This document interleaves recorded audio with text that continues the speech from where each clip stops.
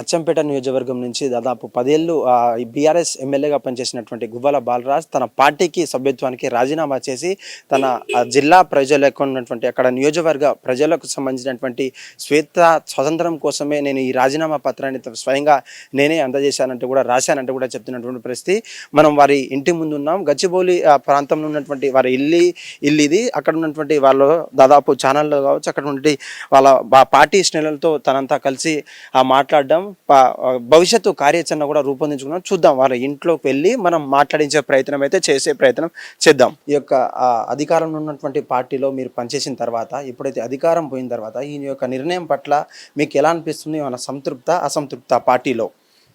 నిర్ణయం ఇంకా ప్రకటించలేదు, రాజీనామా మాత్రమే చేసిన. రాజీనామాలకు కారణాలు అడగొచ్చు కానీ మీరు నిర్ణయం పట్ల అని అడగడానికి వీల్లేదు. ఇంకా నిర్ణయం ఇంకా నా నియోజకవర్గ ప్రజలతో మాట్లాడక ముందే నిర్ణయాన్ని ప్రకటించడం అనేది సబబు కాదు. కాబట్టి రేపు మా నియోజకవర్గానికి సంబంధించి, మా నాగర్ కర్నూలు మహబూబ్ నగర్ జిల్లా ప్రజలకు సంబంధించి, రాష్ట్ర వ్యాప్తంగా ఉన్నటువంటి నా ఆత్మీయులు, నా వెల్విషర్సు నన్ను ఈ స్థాయికి తీసుకురావడంలో ఒక్కొక్కరు ఒక్కొక్క స్థాయిలో గైడ్ చేసి నన్ను తీసుకొచ్చినారు. వాళ్ళందరితో మాట్లాడిన తర్వాత ఒక 2-3 రోజులలో నిర్ణయం ప్రకటిస్తే తప్ప ఇప్పటికైతే నిర్ణయం వెలువరించలేదు. ఒకే నిర్ణయం, రాజీనామా అయితే చేయడం. అదే సార్, ప్రకారంగా రాజీనామా చేయాల్సినటువంటి కారణం పార్టీలో అసంతృప్తి ఏమైనా ఉందా, లేకపోతే మీ స్థానంలో ఇంకెవరన్నా మేజర్ లీడర్షిప్ ఇంకెవరన్నా ఆ పార్టీకి కనిపించిందా? అదే కారణం. వాస్తవంగా నాకు తెలిసి పోల్చను, కానీ బీఆర్ఎస్ పార్టీకి ఉమ్మడి మహబూబ్ నగర్ జిల్లాలో ఉన్నటువంటి ప్రామినెంట్ లీడర్లలో నేను కూడా ఒకడిని. నాకు అక్కడ థ్రెట్ కానీ, లేదంటే నాకేదో ఇబ్బందికరమైనటువంటి పరిస్థితి కానీ లేదు. నాకు కేవలం దాదాపుగా 2 దశాబ్దాల కాలము బీఆర్ఎస్ పార్టీలో పనిచేయడం జరిగింది. కేసీఆర్ గారి నాయకత్వంలో పనిచేసి తెలంగాణ రాష్ట్రాన్ని సాధించడం జరిగింది. నా శక్తి మేరకు నియోజకవర్గ అభివృద్ధి కోసం చాలా కష్టపడడం జరిగింది. కానీ ఇప్పుడున్న పరిస్థితులలో బీఆర్ఎస్ పార్టీ జాతీయ రాజకీయాలను, అదేవిధంగా రాష్ట్ర రాజకీయాలను కలిపి చేయలేనటువంటి పరిస్థితి. అప్పుడున్నటువంటి పరిస్థితి ఏంటంటే టీఆర్ఎస్ నుంచి బీఆర్ఎస్ ఆవిర్భవించడం, రాష్ట్రంతో పాటు దేశ రాజకీయాల్లో కీలక భూమిక పోషించాలి. చదువుకున్న యువత చాలా నిశ్చితంగా దీనిపైన దృష్టి సారించి ఆ రకమైనటువంటి ఎక్స్పోజర్ను సాధించాలంటే వారు ఎక్కడ చెప్తే అక్కడికి వెళ్ళి బీఆర్ఎస్ మార్చే విషయంలో మా వంతుగా మేము పనిచేయడం జరిగింది. కానీ మొన్న ఫలితం చూసిన తర్వాత జాతీయ పార్టీగా బీఆర్ఎస్ ఆవిర్భవించేటువంటి పరిస్థితి లేదు. మళ్ళీ జాతీయ పార్టీ లేకుంటే ఏమైంది? మీరు ఎమ్మెల్యేగా ఉన్నారు కదా, ఎమ్మెల్యేగా చేయొచ్చు కదా, ఎంపీగా అదే పార్టీ నుంచి పోటీ చేయొచ్చు కదా అని మీరు ప్రశ్నించవచ్చు. కానీ ప్రస్తుతము నా అనుభవం మేరకు రాష్ట్రం నుంచి వచ్చేటువంటి బడ్జెటే కాకుండా కేంద్రాల నుంచి కూడా బడ్జెట్ వస్తేనే రాష్ట్రాలు అభివృద్ధి చెందేటువంటి ఆస్కారం ఉంటుంది. కొన్ని వర్గాలకు స్పెషల్ స్కీమ్స్ను మనం అందించేటువంటి ఆస్కారం ఉంటుంది. కానీ పరిమితంగా ఉండడం అనేది నాకు కొంత ఇబ్బందికరంగా అనిపిస్తుంది. దాన్ని బాగా చదువుకొని కూడా ఇక్కడికే పరిమితం కాకుండా మా పని విధానాన్ని ఇంకా పెంచాలి, బాగా కష్టపడాలనే నిర్ణయానికి వచ్చి దేశము, జాతి, అదేవిధంగా ఈ కులాల మధ్యలో, మతాల మధ్యలో చిచ్చు పెట్టి కొందరు రాజకీయ ప్రయోజనాలకు ఏదైతే ప్రయత్నం చేస్తూ ఉన్నారో దానిపైన ఈ సంవత్సరాన్నర కాలంగా నేను కొంత చదివి అవగతం చేసుకున్నా. ఈ అనర్థాలను, ఈ వ్యత్యాసాలను తొలగించి సమానత్వాన్ని నెలకొల్పే విషయంలో ఒక నిర్ణయం తీసుకుందామని నేను రాజీనామా ప్రకటించడం జరిగింది. నా అభిప్రాయాలను, నా నియోజకవర్గ ప్రజల, జిల్లా ప్రజల అభిప్రాయాలను, నా ఆత్మీయుల అభిప్రాయాలను, మేధావుల అభిప్రాయాలను అన్నింటినీ కూడా రేపు క్రోడీకరించి రేపు ఎల్లుండి చర్చించి త్వరలోనే ఏ పార్టీకి వెళ్ళాలి అనేది మా వాళ్ళ సూచన మేరకు నిర్ణయాన్ని ప్రకటిస్తారు. సరే, పార్టీ పక్కన పెట్టండి, ఇంత ఉన్నతంగా ఆలోచించాల్సిన మీరు మీ యొక్క అక్కడ ఉన్నటువంటి ప్రజల కోసం కావచ్చు, సంక్షేమ పథకాల గురించి ఆలోచించాల్సిన మీరు మీ యొక్క రాజీనామా, అంటే ప్రముఖం ఉన్నటువంటి పార్టీలో బీఆర్ఎస్ పార్టీ కావచ్చు, ఈ యొక్క రాజీనామాను మీ యొక్క కేంద్రంలో ఉన్నటువంటి మీ నాయకులు కావచ్చు, మీ జిల్లా ప్రజలు కావచ్చు, మీ ప్రాంత ప్రజలు అంగీకరిస్తారా మీ యొక్క నిర్ణయాన్ని? అదే అంటున్నా, నేను ఏదో ఇది ప్రజాస్వామ్య దేశం, ఇది ఏకఛత్రాధిపత్యంగా ఏ నిర్ణయం తీసుకున్నా పూర్తి స్థాయి అప్లాజ్ వస్తుంది, అందరి అంగీకారం ఉంటుందని నేను మాత్రం భావించాను. పరిస్థితులను విడమర్చి చెప్పేటువంటి ప్రయత్నం చేస్తా. కలిసి వచ్చేటువంటి నా అన్నాదమ్ములు, నా మిత్రులు, నా ఆలోచన విధానాలతో ఏకీభవిస్తూ నా ఆలోచనలు ఏమైనా పొరపాటు ఉంటే సరిచేసి నన్ను సన్మార్గంలో నడిపే వాళ్ళు ఎవరైనా ఉంటే వాళ్ళ మాటలు విని వాళ్ళందరినీ చర్చించి అభిప్రాయం దాని ప్రకారం పోతుంది తప్ప అందరు వింటారని నేను ఎట్లా చెప్పగలుగుతా? నేనేమన్నా రాజునా? నేను ఒక సామాన్య పౌరుణ్ణి. నన్ను ఒక 2 సార్లు ఎమ్మెల్యేగా చేసిండ్రు. వాళ్ళ అభిప్రాయాన్ని తీసుకొని నేను ముందుకు పోవాలి తప్ప నా అభిప్రాయాన్ని వాళ్ళపైన రుద్దడమే కాదు. నా అభిప్రాయాలు కూడా ఉంటాయి. తప్పకుండా వాళ్ళతో నా అభిప్రాయాన్ని కూడా పంచుకునే ప్రయత్నం ఈ చేస్తాను. సోషల్ మీడియాలో, వాట్సాప్లలో, ఫేస్బుక్లలో మీ యొక్క ఆడియో వైరల్గా మారింది, మీకు అంతా తెలుసు. ఆ యొక్క ఆడియో మీద మీరే కావాల్సి లీక్ చేశారా, లేదంటే పన్నాగం పన్ని మీ మీద కుట్రపూరితంగా చేశారా? అంటే దాని మీద మీ అభిప్రాయం? ఈ అమాయకత్వంతో చేసిండు. ఒక పిల్లోడు ఉంటాడు మా దగ్గర. మనకి కావాలని చేసిండా, లేకుంటే ఎవరైనా ప్రావోక్ చేసిండ్రా, లేకుంటే తెలుసుకోవాలని అత్యుత్సాహమా, లేకుంటే నాతో మాట్లాడిండు అని తెలియపరచడం కోసం దాన్ని వైరల్ చేసిండా నాకైతే తెలియదు. కానీ నేను ఎప్పుడూ స్ట్రాటజీలను నమ్ముకోను. లక్ష్యంతోనే పనిచేస్తాం, కమిట్మెంట్తోనే ఉండేటువంటి ప్రయత్నం చేస్తాం. కానీ ఇది నేను వైరల్ చేసి నా ఎంట్రీ ఒక పార్టీలకు ఇవ్వాలనే ఆలోచన నేను దాంట్లో క్లియర్గా ఉంది. కేవలం బీజేపీ అంటే అనడం, మీ యొక్క పాజిటివ్ న్యూస్ రావడం, లేకపోతే మీ యొక్క మీ మాటల నుంచి ఆ పార్టీనే దాంట్లో కలుపుతున్నారట కదా, నేను ముందే పోతా, నేను ముందే రేస్లో ఉంటానే క్లియర్గా ఉంది. దాని పట్ల ఇప్పుడు మీరు కూడా కాంగ్రెస్కే వెళ్తున్నారంట కదా అని మాట్లాడాల్సి వస్తుంది నాకు. ఎందుకంటే నాతో ఎవరైతే మాట్లాడతారో వాళ్ళను తగ్గట్టుగా మాట్లాడకుంటే అఫెండ్ అయ్యేటువంటి పరిస్థితి ఉంటుంది. వాళ్ళ వాయిస్ను, వాళ్ళ విధానాన్ని పసిగట్టేటువంటి తెలివితేటలు ఉన్నాయి. మాకు అసన్నిహితం ఉంటుంది. అంత క్లోజ్గా ఉన్నా కాబట్టి ఎవరు ఏ అభిప్రాయంతోన మాట్లాడుతున్నారని దాన్ని దృష్టిలో ఉంచుకొని మాట్లాడడం జరిగింది తప్ప, ఒకవేళ నా నిర్ణయమే అదైతే, ఏ రకంగా అయితే రాజీనామాను ఎవరిని సంప్రదించకుండా చేసినో నా నిర్ణయాన్ని కూడా అదే రకంగా వెల్లడిస్తుంటే. ఇది ప్రజాస్వామ్య దేశం. నేను నిర్ణయం తీసుకుంటే అప్పుడు కూడా కొంతమంది వస్తారు, కొంతమంది రారు న్యాయంబడి. కానీ దానికోసం కాదు, నేను ఆ చర్చకు పెట్టాల్సినటువంటి అవసరం లేదు.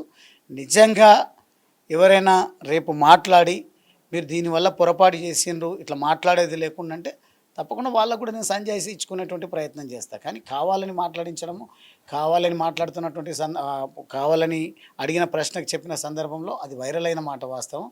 కానీ కొంతమంది చాలామంది కాంగ్రెస్ పార్టీకి కూడా వస్తున్నారంట కదా అని అంటున్నారు. ఇక నాకు అందరు సంప్రదిస్తుండ్రు, చూస్తా అని అంటే దాని అర్థం మారుతున్నా చేరుతున్నా అన్నట్టు కాదు కదా. అయితే సార్, ప్రధానంగా 10 సంవత్సరాలు బీఆర్ఎస్ హయాంలో ఉన్నటువంటి మీరు కేవలం కొంత స్వల్ప మెజార్టీతో ఓడిపోవడము, ప్లస్ ఓడిపోవడము ప్లస్ అక్కడ ఉన్నటువంటి రాష్ట్రంలో ఈ బీఆర్ఎస్ పార్టీ పోయిన తర్వాత ఇక్కడ నాకు క్షణార్థం లేదంటూ కూడా ఈ మిమ్మల్ని నడిపించేటువంటి శక్తి, ఈ అసలు మీ వెనకాల ఉన్నటువంటి శక్తి ఏంటి సార్? నా శక్తి నా అచ్చంపేట ప్రజలు, నా ధైర్యం నా అచ్చంపేట ప్రజలు, నా అచ్చంపేట యువత, నా అచ్చంపేట మేధావులు, మహిళలు, విద్యార్థులు, ప్రజా సంఘాలు, కుల సంఘాలు, మేధావి వర్గం, వీళ్ళందరూ కూడా ఉన్నారు. వాళ్ళే నా శక్తి. అంటే 2024లో వాళ్ళు మిమ్మల్ని మీ వెనక లేరంటారా? దానికి వైఫల్యానికి 23లో వాళ్ళందరూ నా వైపే ఉన్నారు. కానీ ఒక అబద్ధాన్ని పదే పదే చెప్పడం వల్ల గువ్వల బాలరాజ్ కొన్ని వర్గాలకు వ్యతిరేకమని విస్తృతంగా స్ట్రాటజీతోన ప్రస్తుతం ఉన్నటువంటి ఈ ప్రభుత్వం చేసింది. వాళ్ళు అధికారంలోకి రావడం కోసం నా గురించి మాట్లాడమే కాదు, ఎన్ని హామీలు ఇచ్చినారో మనందరికీ కూడా తెలుసు. దాంట్లో కన్ఫ్యూజన్ వల్ల ప్రజలు ఏం చేస్తున్నామని అర్థం కాకుండా చేసి ఉండొచ్చు. ఏమైనా కానీ ప్రజాస్వామ్యంలో తీర్పు ఓటు ద్వారా వస్తుంది. ఆ ఓటు ద్వారా వచ్చినటువంటి తీర్పును గౌరవించిన తప్ప ఎక్కడ కూడా అసహనాన్ని నేను ప్రదర్శించలేదు. సార్, ఫైనల్గా చెప్పండి, మీ యొక్క భవిష్యత్తు కార్యాచరణ. సరే, ఏ పార్టీలోనూ ఉండండి, కేవలం ప్రజా సంక్షేమం కోసం పోరాడుతున్నటువంటి మీరు మరోసారి ఎమ్మెల్యే కావచ్చు, అక్కడ ఉంటే మినిస్టర్గా రావాల్సినటువంటి అచ్చంపేట ప్రజలకు మీరు భవిష్యత్తు కార్యాచరణ ఏ పార్టీలో ఉన్నా సరే, either BJP or Congress, either ఏదన్నా సరే, మీ భవిష్యత్తు కార్యాచరణ ఏముంటుంది సార్? నా ఊపిరి ఉన్నంత వరకు ప్రజాసేవ కోసమే అంకితం అవుతా. అవకాశం వస్తే ప్రజాప్రతినిధిగా పనిచేస్తా, లేదంటే ప్రజానాయకుడిగా నా స్పిరిట్ను, నా కమిట్మెంట్ను కొనసాగిస్తా. అంతిమంగా నేను బ్రతికున్నన్ని రోజులు ఈ చివరి వ్యక్తి వరకు ప్రయోజనం జరిగే విధంగా, ప్రభుత్వ ఫలాలు అందే విధంగా, ఈ వ్యతిరేకతలను తొలగించడం కోసం, సమానత్వాన్ని నెలకొల్పడం కోసం, ప్రజాస్వామ్యాన్ని కాపాడడం కోసం, ఈ ఆంతర్యాలు సృష్టించి భారతదేశం ఒక లౌకిక రాజ్యము అని చాటి చెప్పడం కోసం ప్రయత్నం చేస్తా తప్ప సెక్యులరిజం అని ఒక వర్గాన్ని దూరం చేసి ఆంతర్యాలు సృష్టించి ఒకసారి అంబేద్కర్ వాదాన్ని వారికి అన్వయించుకొని ఇంకొకసారి ఇంకో అంశాన్ని తెరపైకి తీసుకొచ్చి మొత్తంగా రాజకీయ లబ్ధి కోసం ఎవరైతే దుష్ప్రచారాలు చేస్తూ ఆంతర్యాలు సృష్టిస్తున్నారో అది తప్పు అని నిరూపించడం కోసం నా శక్తి వంచన లేకుండా విస్తృతంగా పర్యటనలు చేస్తా, ప్రజల్లో ఆలోచన రేకెత్తించే విధంగా నేను ప్రయత్నం చేస్తా. 100% బాబాసాహెబ్ అంబేద్కర్ గొప్ప దేశభక్తి కలిగినటువంటి నాయకుడు. బాబాసాహెబ్ అంబేద్కర్ రచించినటువంటి రాజ్యాంగం ప్రజల కోసము, ఏ దళిత వర్గాని కోసమో బడుగు బలహీన వర్గాల కోసమో కాదు, అన్ని వర్గాల శ్రేయస్సు కోసం, రక్షణ కోసం అంబేద్కర్ ఇచ్చినటువంటి రాజ్యాంగాన్ని ఎవరైతే స్వార్థం కోసం వాడుకుంటూ రాజ్యాంగాలు పట్టుకొని తిరుగుతూ ఆంతర్యాలు సృష్టిస్తున్నారో అది కాదు. మీరు రాజ్యాంగాన్ని చదవండి అని అవసరమైతే కొన్ని ప్లేసెస్లో రాజ్యాంగాన్ని లైబ్రరీలోనన్నా పెట్టించేటువంటి ప్రయత్నం చేస్తా. అంబేద్కర్ ఏ మతానికో కులానికో వ్యతిరేకం కాదు. స్వేచ్ఛ స్వాతంత్ర్యాల విషయంలో వారు ఎంత స్పష్టంగా విడమర్చి చెప్పిండో ఆ విషయాలను విడమర్చి చెప్పి ఈ కొంతమంది కావాలని ఏమంటారు సనాతన ధర్మం వేరు, అంబేద్కర్ ధర్మం వేరు, ఇంకొకటి వేరు అనేది అయితే మాట్లాడుతున్నారో మీకు నచ్చింది అవలంబించండి, కానీ చదవండి అని చెప్పేటువంటి ప్రయత్నం అయితే నేను చేస్తాను. నిజంగా ఇవన్నీ మాటలు మాట్లాడుతున్నటువంటి గువ్వల బాలరాజుకు ఆ యొక్క పార్టీలో చేరబోతున్నటువంటి పార్టీలో, మీ మనసులో ఉన్నటువంటి పార్టీలో ఇవన్నీ ఆచరించడానికి పాసిబుల్ అవుతుందా? ఏ పార్టీలో కూడా నేను ఏ పార్టీలో చేరినా అన్నీ ఆచరించడానికి సాధ్యం కాదు. ఓకే, ఎంత మేరకైతే మేలు జరగబోతుందో, ఏ పార్టీలో చేరితే ఎక్కువ శాతం మేలు ఏ పార్టీలో అయితే జరుగుతుందో అది నేను రేపు చర్చల్లో వచ్చిన సందర్భంగా నేను మాట్లాడతా. నా నాయకులకు కార్యకర్తలకు నా అన్నదమ్ములకు చెప్పేటువంటి ప్రయత్నం చేస్తా. నా అన్నదమ్ములు నా అక్క చెల్లెలు ఏదైతే సూచన చేస్తారో దాన్ని చర్చకు పెట్టి చర్చ సారాంశంతోన నా ప్రయాణాన్ని మొదలు పెడతాం. Okay, thank you sir. Right, ఇది పరిస్థితి. తెలంగాణ రాష్ట్రంలో ఉన్నటువంటి ప్రముఖ మాజీ ఎమ్మెల్యే మనకు ఇప్పటికే తన రాజీనామా పత్రాన్ని కేసీఆర్ గారికి ప్రయత్నించిన తర్వాత కేవలం అచ్చంపేట ప్రజల యొక్క మనోభావాలకు సంబంధించిన కావచ్చు, అక్కడ నుండి డెవలప్మెంట్ సంబంధించినటువంటి కేవలం ఆ యొక్క వార్త మాత్రమే నేను తీసుకున్నాను. దానికి సంబంధించినటువంటి ఎవరు ఆందోళన చెందొద్దంటూ కూడా తను చెప్తున్నటువంటి పరిస్థితి. కేవలం స్వేచ్ఛా స్వాతంత్రం కోసం పోరాడుతున్నటువంటి మనం కేవలం ఈ యొక్క ఒకరి కింద పనిచేయాలంటూ కేవలం తన మాటే శాసనం అనే పార్టీలో పనిచేయడానికి నేను ఎప్పుడూ ఇష్టపడలేదంటూ కేవలం బాబాసాహెబ్ అంబేద్కర్ గారు ఇచ్చినటువంటి రాజ్యాంగం ప్రకారం పోతున్నాం. సనాతన ధర్మం ఇటు అంబేద్కరిజాన్ని ఎవరైతే వాడుతున్నారో ఆ పేర్ల కొద్ది వాడుతున్నటువంటి నాయకులకు నేను సరైన బుద్ధి చెప్తానంటూ కూడా చెప్తున్నటువంటి పరిస్థితి. కెమెరామెన్ అరవింద్తో కలిసి సురేష్.